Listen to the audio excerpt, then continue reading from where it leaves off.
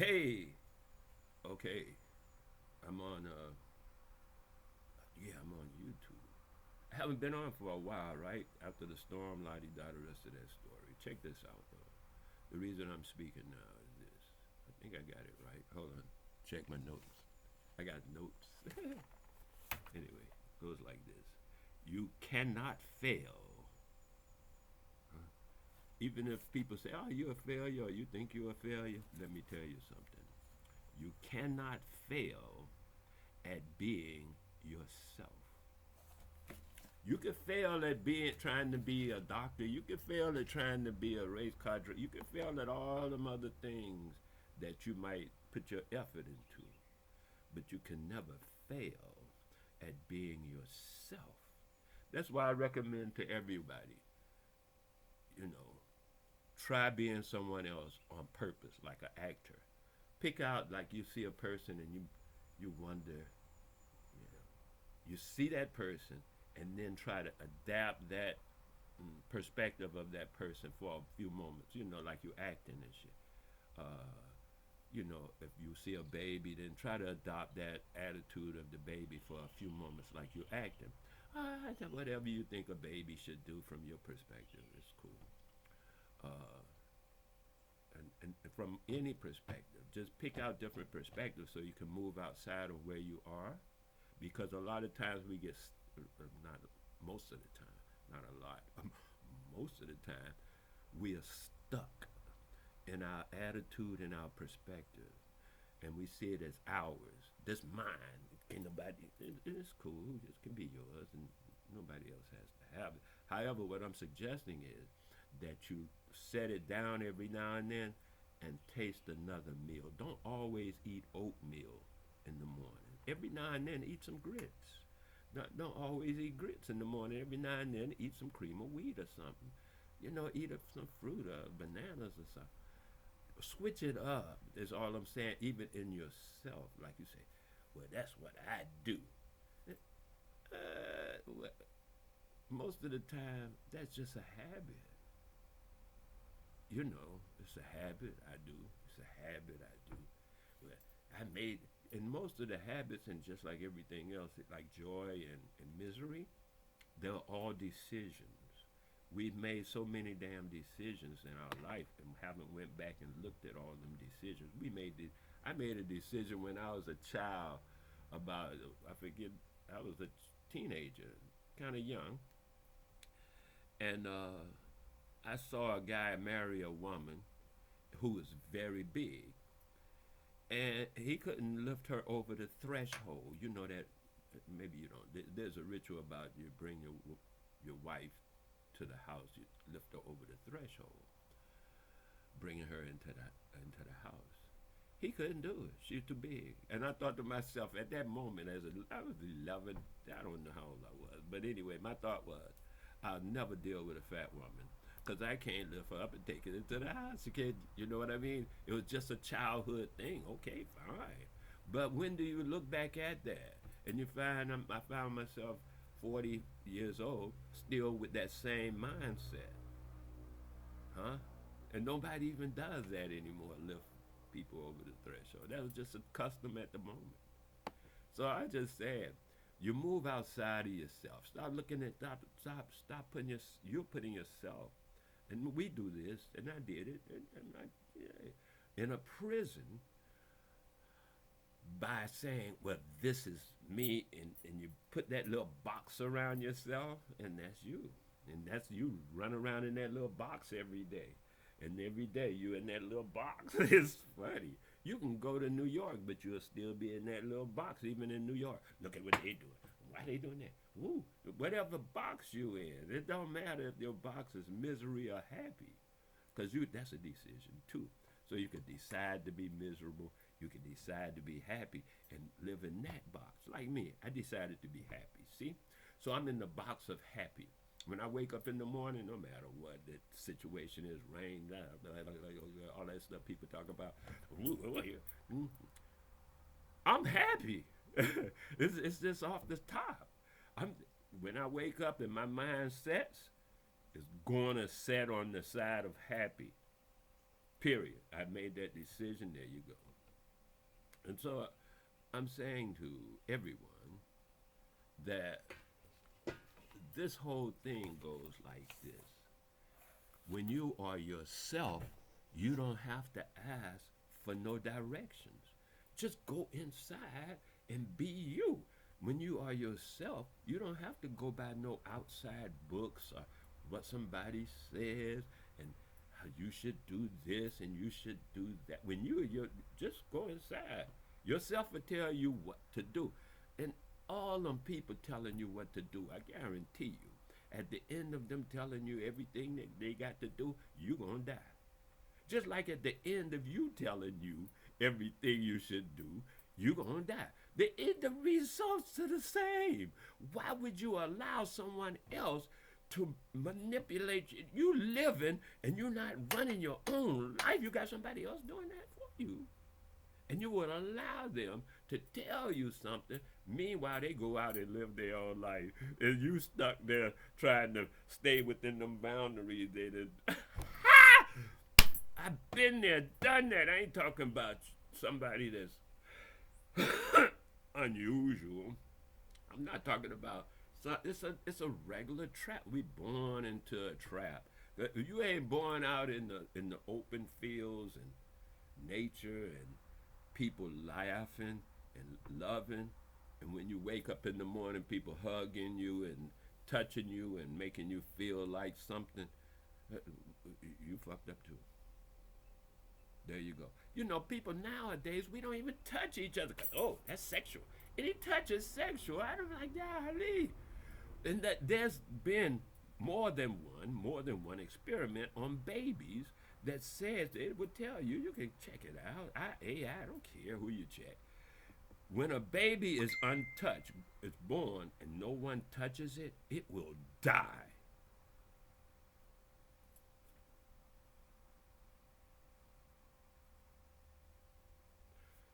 Tactile stimulation is what it's called. The more the baby is touched, the more the baby realizes itself.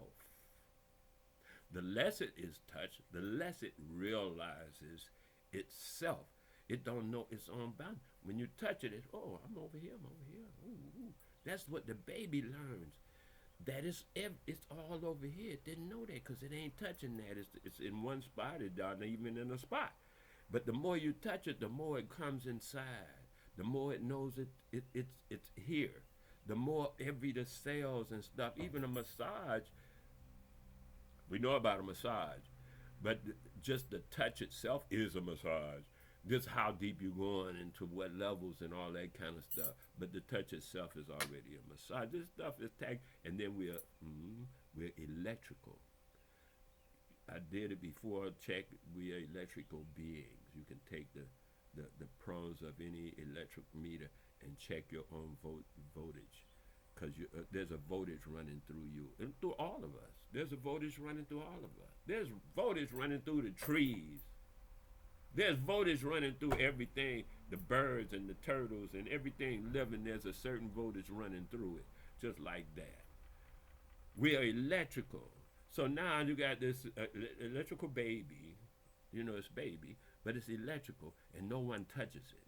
So it's not able to discharge or recharge the electrical flow, right? And we just ignore that like that ain't real. That ain't real. And then wonder why you have problems. You have problems because your electrical flow is dampened.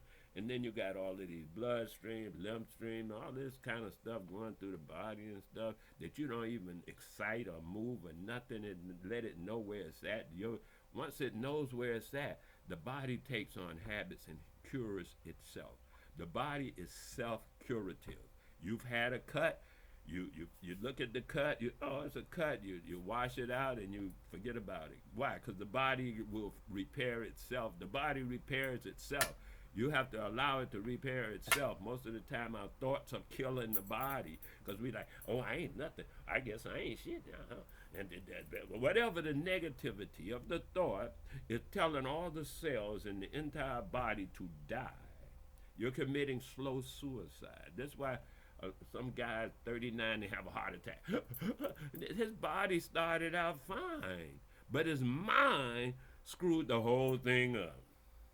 That's what we're doing all the time. Listen, I was doing it. Dude, I caught my. Okay. I have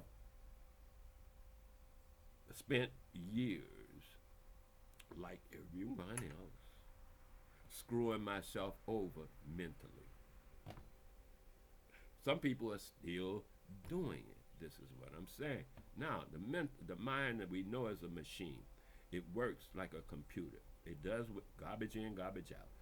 So people say, "Oh, I'm educating you." If they just pushing garbage in, only garbage coming out. That's not education. Education is to have the person think, learn how to think. When I was a youth, we learned how to think. I just heard some boys, and I say boys, they 40, 50 years old, but they're children. They think like children. They have the mindset of adolescents are more mature. But they grown because they 30, 40, 50 years old, but they are emotionally, mentally, and spiritually like 3 year olds. They don't even know what black is. You say they say they black, and I say, dude, that's brown coffee. Even coffee ain't black. When you take coffee and you put, because I drink, you know, beverages. You take coffee and put it in a clear cup, and you can see clearly right through it that it ain't black, it's brown. That's what the whole thing was. But everything has been, most things have been a little askewed so that you can see them straight and directly. And then when the thing is askewed, you can be, let's say you're driving down the street and your wheels askew, they go off to the side. You're going off the road. That ain't gonna work. Just a little askew. You ain't gotta blow your car up. Ain't gotta put down, it ain't gotta be devastating. Just a little bit off to the side, and it'll go off the road. And that's what's happening. You're going down your life being you, because there's no way to fail at being you. And people say, well, you're doing that wrong, and you're doing that wrong, and you're a bad this, and you this and that, and I'll point at you, and next thing you know, because it's garbage in, garbage out, your mind is garbage in and garbage out, and pretty soon you're telling yourself them things.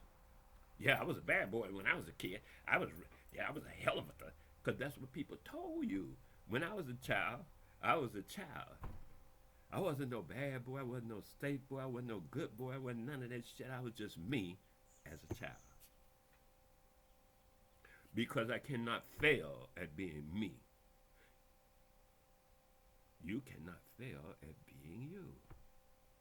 Anytime you think you failing or something, remember that your only mission, as far as being born, you think you're being born. I say we were born to enjoy this mortal experience. It's so enjoyable. I'm having great fun.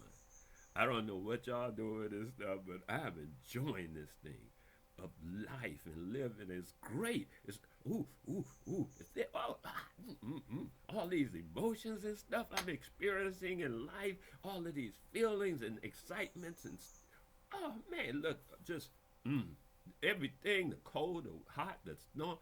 People say, oh, it's freezing cold. And then they say, oh, it's hot. And I'm like, hey, I'm liking both of it. I like snowstorms. I like hurricanes. I like it when ain't nothing happening. Just the sun is shining. The sun don't shine. I don't. It's all nice and beautiful to me. Because when we were born, we come here. It's like a roller coaster. I'm going to an amusement park.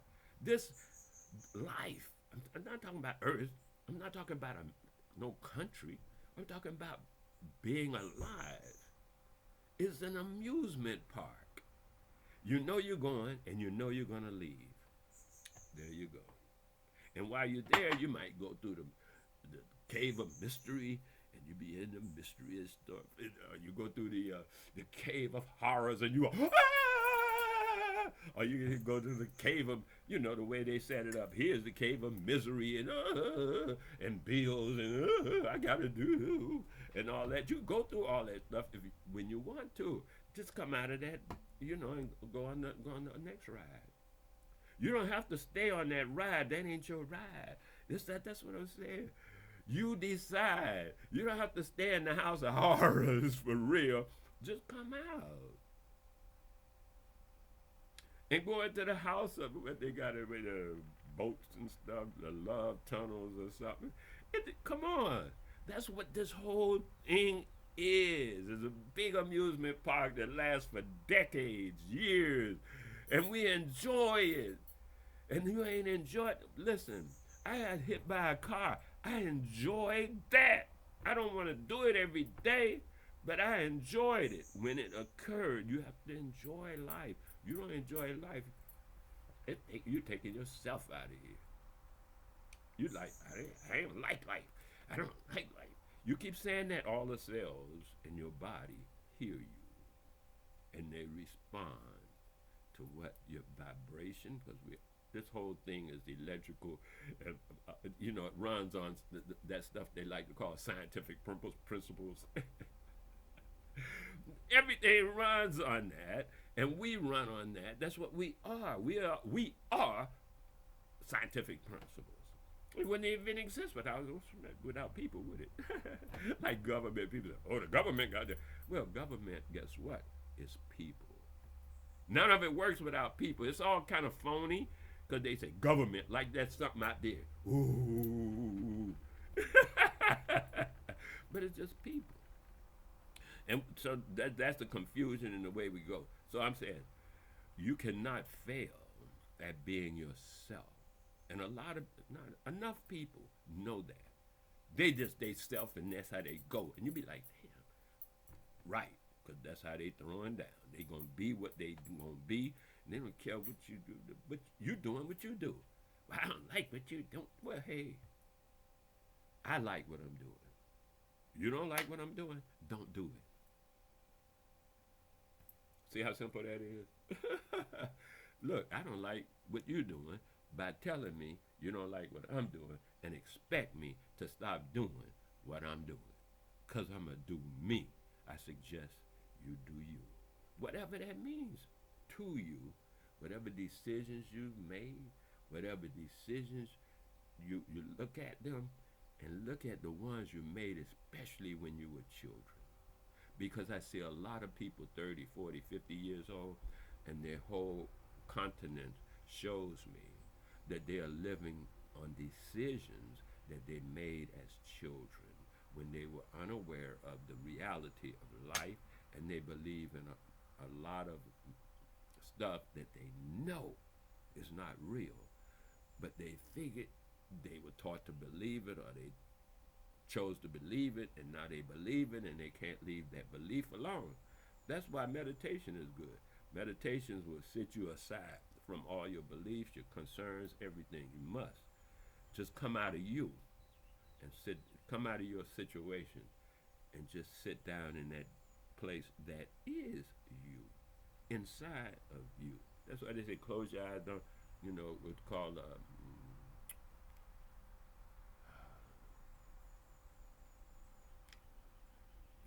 something about stimulation.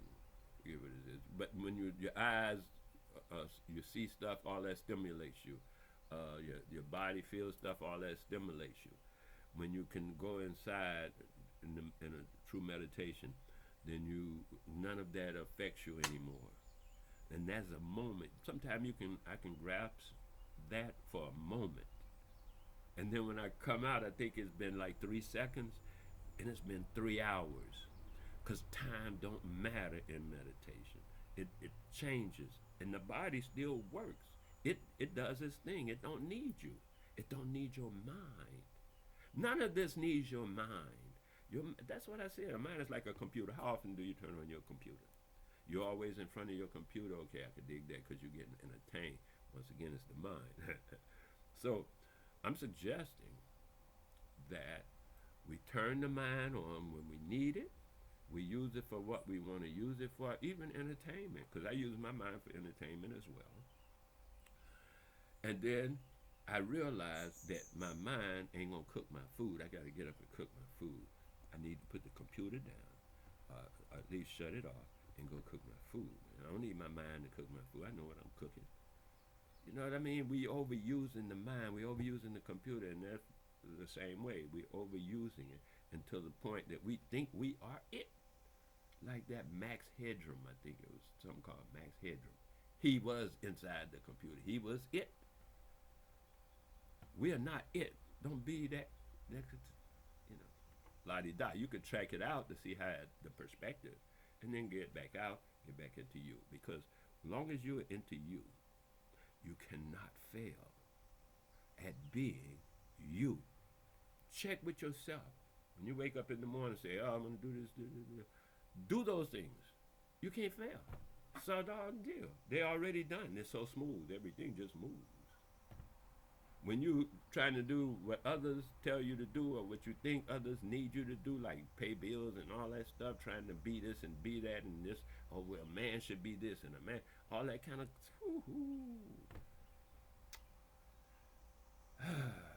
it's all a setup, man. It's like, okay, I'm going to say, oh, by 35, you should be a millionaire. And that's a common thought. Then everybody who's not a millionaire think what? They're some kind of way failure. It's the setup. So I'm just saying, you can't fail at being you. Watch this over again, because otherwise I'm going to start repeating. And then I'm going to say to you, be good to yourself. Know the difference between your mind, which is not you. That's only useful while you are living in this mortal realm. Like your body, it's only useful while you're living in this mortal realm. And so the body and the mind, your mind can only know stuff directly that since you've been born. It accumulates stuff. It's just busy accumulating, like your computer is busy accumulating information. Your body is doing the same thing, busy figuring out, accumulating information about, I can do this, I can do that, I can't do this, I can do that, all that kind of stuff. And then it's a lot more of that because you don't know about the electrical part. You don't know about the unseen, I should say, the unseen elements of the mind or the body. They both have unseen elements and uses that we are not being directed to because we're out of our own culture. We're doing somebody else's culture who don't really travel in that lane. That's our lane. If it's your lane, I suggest you get in it. Get out of whoever else lane you in. Move into your own lane, and you can't go wrong. You don't need to ask nobody. You don't need nobody to tell you. When you're in your own lane, they don't know. They could say, oh, man, you coming over the line. And you say, oh, look and see, if you're coming over the line, you might be. But you know your lane. Stay in your lane, man. That's all I'm saying. You know, be good to yourself. As I put it, be good to yourself. I'm not talking about be good to your body. I'm not talking about be good to your mind. I'm saying be good to yourself. Because yourself is the immortal thing that is you. And myself is the immortal thing that is me. That's why I say this whole scenario of mortal life it's nice. It's an experience. It's an amusement park. I get a drink, sit back and watch everybody else having fun and stuff. I hear the House of Horror, they screaming over there. That's fun too. When you realize it's all an amusement park, it's all fun. And you can enjoy it. And you can have fun and you can do a lot of things. And then that's the seen part. And the unseen part is it's like so many things that you can do because you can create things now. In the unseen part, you start creating things. Oh, I made this, I made that, I invented that, I invented that. See, this is beautiful. You gotta be you. You cannot fail at that. One love. I'm out. Thank you very much. I appreciate you. Hey, appreciate yourself.